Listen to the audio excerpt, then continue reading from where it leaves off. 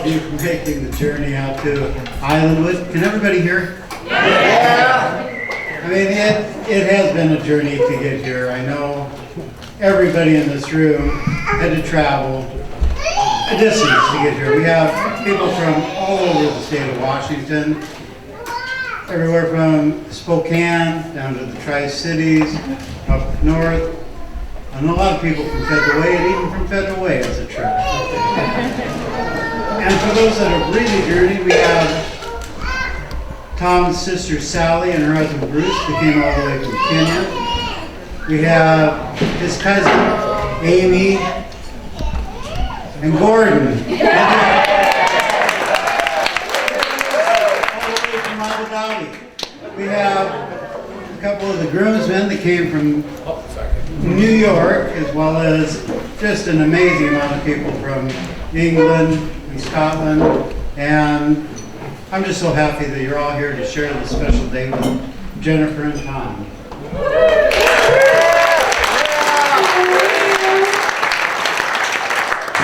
So Jennifer's journey to this place called Islandwood actually began the summer before her junior year at the University of Washington, when she came to us and said, "Folks, I'd like to study abroad." Specifically, she said, "I'd like to go to England. Next January, I want to spend a semester studying at the University of Sussex, which is somewhere in a town called Brighton, which is somewhere near London." And she came prepared. She said, "It's a program." She goes, "You pay the usual tuition to the University of Washington. They pay the tuition to the University of Sussex." And she'd researched room and board prices, and they were equivalent to keeping her in Seattle for the same period of time. And somehow she found out that we had enough airline miles that we could get her around.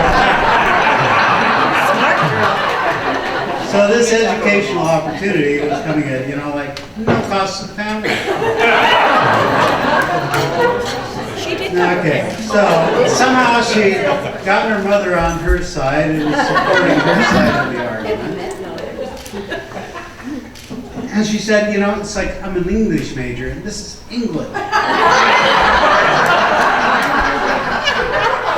Well, her dad, I'm the guy paying the bill for the college tuition, and I still wasn't thrilled about the part when she told me that she was an English major, because I'm thinking that's not a really good thing for her. Anyway, so she starts explaining about the trip, and then I find out that she's not going with a group, but she's not going with a friend. It's just going to be Jennifer living by herself, all on her own, halfway around the world. So I'm sitting there thinking, and it's 2 against 1. Arguing is useless. So I've got 2 choices. I can put my foot down and say, no, I don't like the concept. Or I can say, okay, my little girl's growing up. Time for, you got to cut the string someplace. And, she'd never given us cause for concern. She had good judgment. She always picked her friends well, as you can tell by all the people that are here. And she was pretty resourceful. So I said, I'll think about it. Which is really my way of saying, I need to talk to your mother. So I did. I had this little talk with Nicolay, and I remember distinctly during the course of the conversation saying, okay, so how are you going to like having to travel to England to visit your grandchildren? To which Nicolay replied, "You know how picky Jennifer is when it comes to boys. It's only a semester. What could possibly happen?"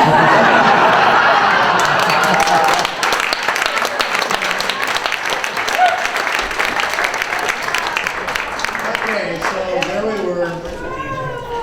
New Year's Eve, 2006, standing at SeaTac Airport, waving goodbye to Jennifer as she goes through security, promising to call us as soon as she's safely on the ground in England. Well, this is is the part where I forget my speech, right? There we go. So anyway, She lands. I guess it was destiny because it didn't take long. Nicolay found out before I did. Of course, she's the mother. I found out after Nicolay did a mother-daughter's trip to Rome for Easter, during which time she had the opportunity to meet Tom. And when she returned, she got me aside and said, "Your daughter's met someone." I said, "Really?" "Does she think she's in love?" Nicolay says, "I think she is." "Is he in love?" "I think so." "Well, he's a really nice boy. I think you'll like him." To which I said, "Okay.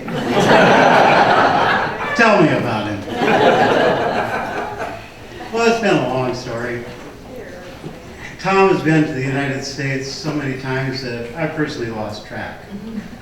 I do know that between the time she returned in June and she graduated the following June, he visited us 3 times.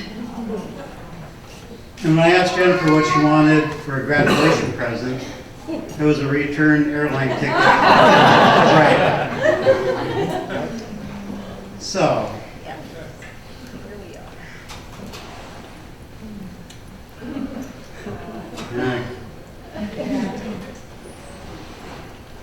I'm sorry. Anyway, we've spent a lot of time with Tom.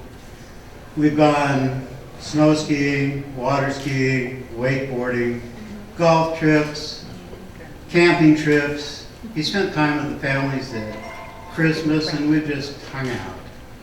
And I really do like Tom. He is a great gentleman. Tom and Sarah.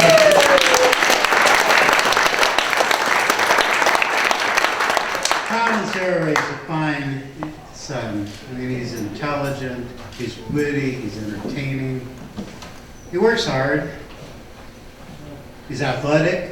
And he is really a true gentleman. And he comes from a family a lot like ours, where marriages are meant to last and family matters. And with that said, I'd like to propose a toast, or we would like to propose a toast. So could I get you all to stand?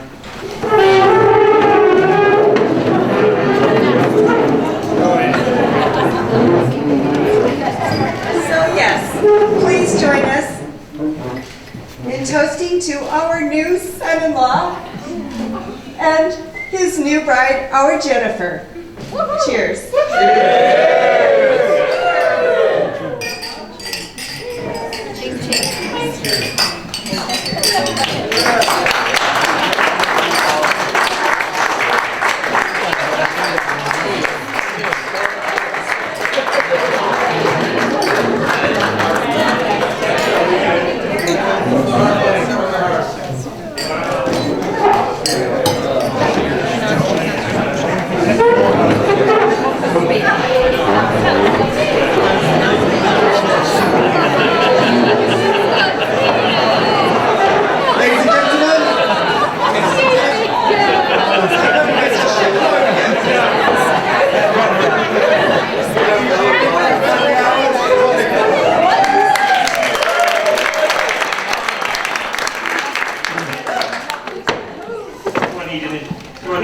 Do I need an introduction? Don't know.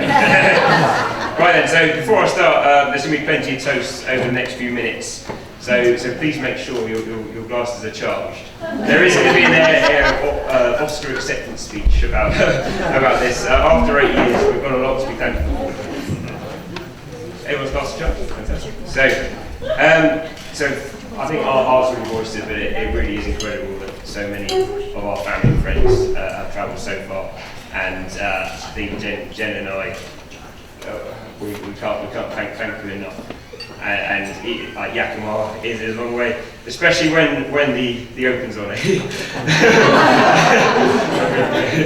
I think Jeff and Chris both sold their tickets for the end of the day. They're big golf fans. Thank you, everybody. It means the world. It really does. And yes, so for faraway travellers, it really wouldn't be the same without you all. It'd be a darn sight cheaper, but that's So, unfortunately, it's not possible for all the family to be here today, but we know they're here with spirits, and they're here in our hearts. So, I think the first toast of the evening should be to them. So, with that in mind, please all stand. Raise your hand and please all toast to friends and family.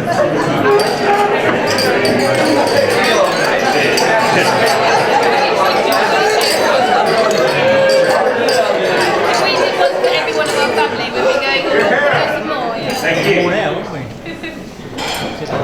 Right then.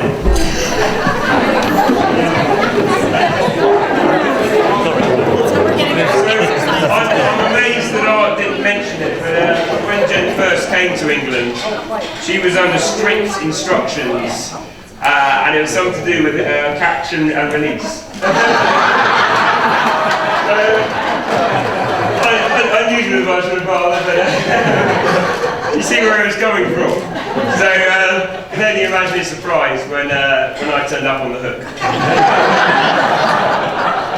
Yeah, but it didn't take me long to win them over with my perseverance. I think this is trip number 14, and my sparkling British wit. So and. Yeah, it means a lot. Art was, for me, it was always a nut to crack, the father-in-law to be. And I did actually get a little teary-eyed in that speech too. I thank Art for his kind words, and I thank him for everything that he's done this weekend, and for me over.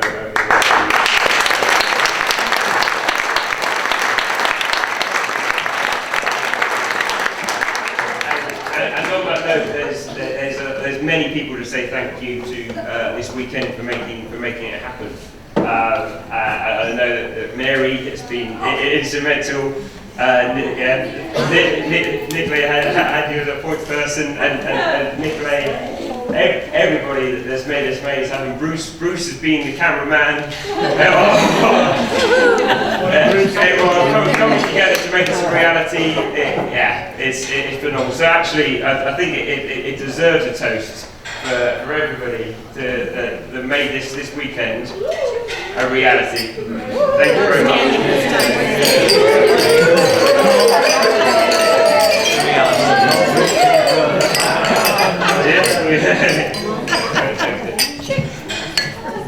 So, and like I said, it's not through acceptance speech. So I then turned to my parents, and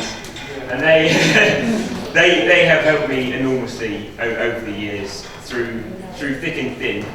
I would say for a number of years it was more thick than thin, but they've always been there for me, and I hope I'm very proud. And I really couldn't ask for much more.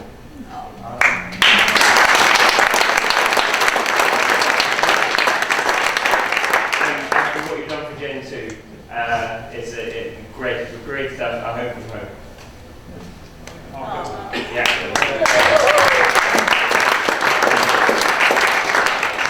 So there is I understand, an unwritten rule in wedding etiquette, wedding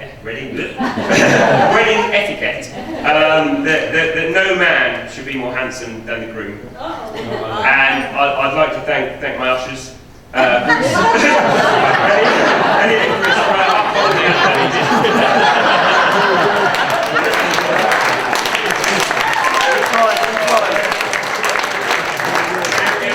Reassuring to know that when you have an entourage of 6 foot plus henchmen, when they ask somebody to get in their seat, they're going to stay there. So Cheers, guys. Appreciate all your hard work.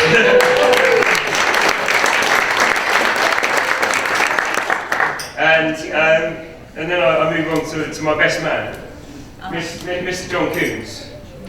John, I've known for nearly 8 years now, and throughout that time, he's been there for me when it matters. So he's always there with an encouraging word, a cold bottle of beer, or a Mad Hat game. And then this guy invents games. Just I don't know where. He should be working for Hasbro or something. So I've found myself many a time playing ping pong, keep the ups, all-way cricket, and plastic bag ice hockey. We really should start growing up sometime. Sometime. But there's something that I need to warn you about with John. He suffers from a strange condition. Occasionally, it causes him to drift out to weird fantasy land. He makes up the stories. He's been absolutely believing them to be true. And it's only right that I advise you of this before he makes a speech. He's a true friend, and I wouldn't want you to go upsetting him, so I hope we can all play along. There he goes. You're embarrassing. So, apart from my wife, there are some other beautiful ladies here today, and they are some of Jen's oldest friends, and my sisters. No, so the support that you've given her through these past 2 years of engagement. Timekeeping's never been one of my things. 2 years of engagement, and I'd like to thank you all for supporting Jen today on her special day. So I'd like everybody in the room to be upstanding and raise a glass. The bridesmaids.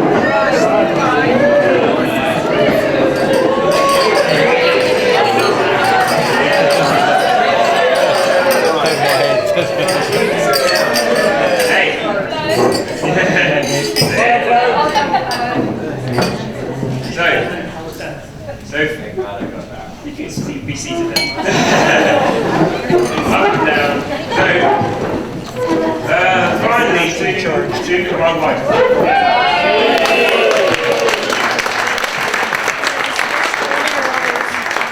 And when we met all those years ago in a jazz club actually in Brighton. The story, if it ended there, would sound sophisticated, but it was £1 tequila night,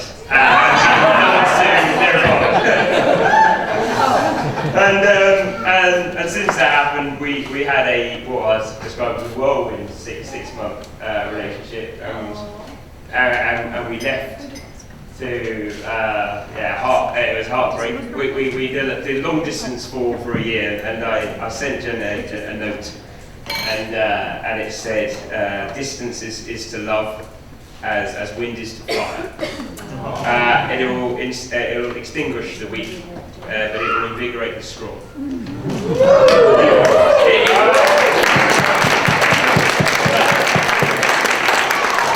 It is incredible what you can find on Google nowadays. But needless to say, our fire is burning strong.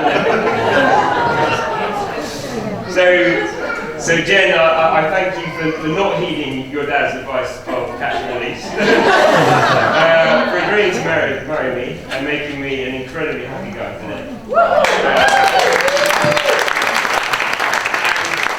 person that I didn't acknowledge earlier on in making this day a success was Jen, because over the last 2 years she's needed that time and she has put in the hours, and it's quite something, Jennifer.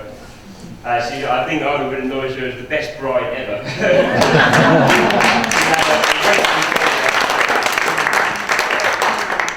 So I think it's suffice to say, Jen, I love you so much. I'm looking forward to the next chapter of our lives together. And I hope that the whole room can be upstanding once more. So to raise a glass to my wife, to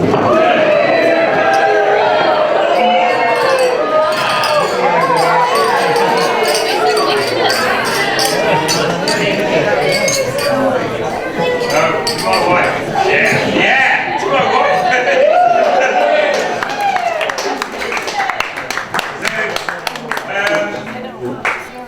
I would say that I'm not going to stand here all afternoon probably with a load of stale old jokes. I'll leave that to John later on.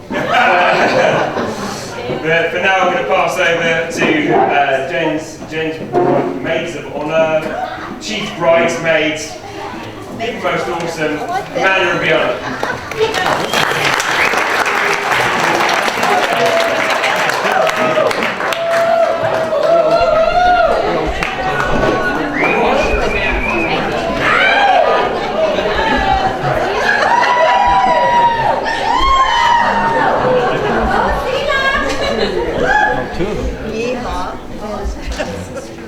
Jennifer, we just wanted to tell you how honored we had to write ours down or we would have lost it. We're still going to learn. Yes. We are so honored to stand by you on your special day. The three of us have been friends for over 20 years, and we've been lucky enough to grow up together. Over the years, Jen has taught us that true friends are few and far between, and secondly, that those friends are your family. You're leaving me with that? Like sisters, the three of us have laughed, argued, cried, and most importantly, supported each other through fabulous and not so fabulous times. We have fond memories with you, whether it be crazy shopping experiences, baseball games, go Vikes, school activities, voting, or sorority dances at UTA. Our newest memory is standing beside you as you marry your best friend. Over the past 8 years, we have seen the two of you grow individually and flourish as a couple. They love to travel, explore the outdoors, try different cooking recipes, and cycling around the world. Together, you have developed a foundation built on faith, trust, and selflessness. Together, the two of you are wonderful people with great spirits. Thanks a lot. Sorry. And together, you two are two halves and create a whole. So please join us in a toast to Jen and Tom and love, laughter, and happily ever after.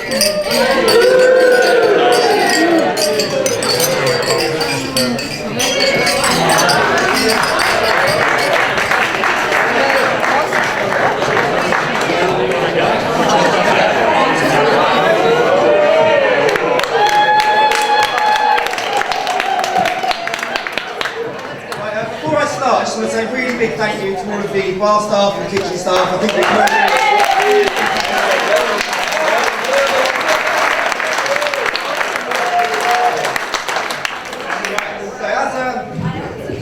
as Tom said, in his glowing character reference, we've known each other for 8 years, and the basis of our friendship tends to be sat at a bar stool, talking cricket, and listening to me talk absolute rubbish on things I know nothing about.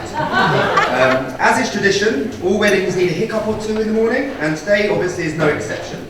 So Tom made me have a massive panic attack this morning when he decided to go into his kit bag and pull out 2 bright shoes. You may have noticed he was the only man wearing brown shoes today. This was not through choice.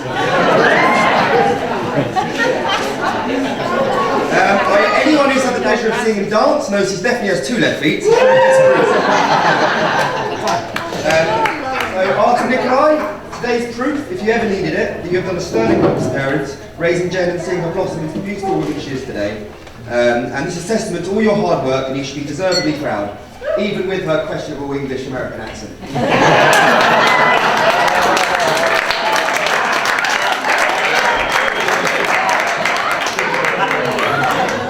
John and Sarah, when we meet Tom for the first time, some of the things, or you hear it if he's in the other room, some of the things everyone notices are his drive, his energy, and his passion.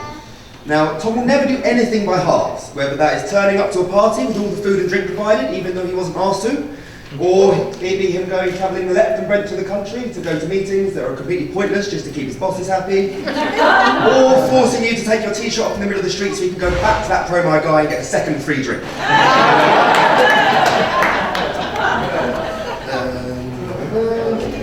So Tom is an extremely kind, very, very generous and blindly loyal, which are traits instilled in him by the example you have set as parents throughout his childhood and beyond.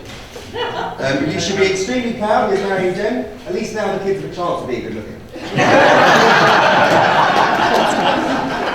So Jen once told me that Tom was an excellent boyfriend, he's a great fiance, and I think we all sure he's going to make a fantastic husband.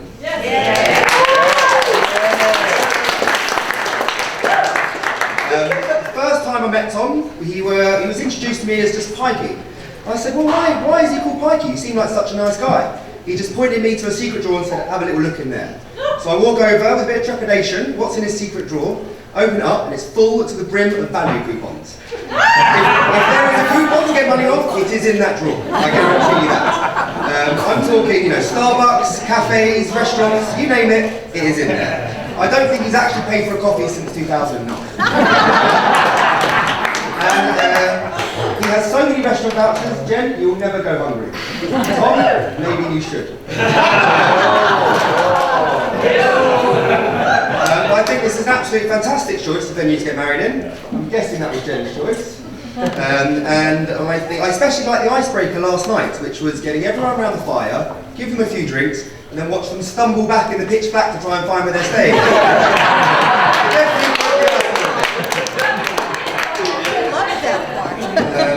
It was an absolute honour and a pleasure to be asked to be Tom's best man. It's something I take great pride in, and as Tom knows a lot of people, we had a lot of choice. But Tom is the best man I know, and as my mother once taught me, behind every great man is an even better woman, and Jen is definitely that girl. Individually, they are extremely different, but together, they are strong.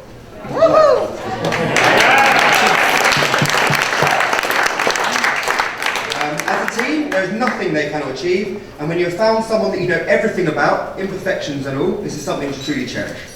And I know that Tom will not let Jen down. I know that Tom is in love with Jen, and I know that he will take care of her for the rest of her life. I know this because he told me when he was drunk.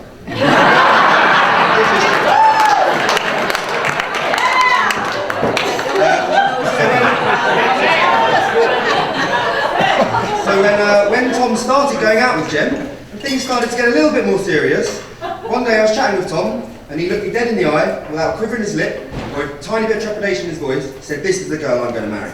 She is the one for me. And here we are today. So I'd like you all to raise your glass, and we would like to all wish you every success in your future endeavours and adventures together. Make time for each other, trust each other, and never take each other for granted. We wish you every success in your love and loving marriage.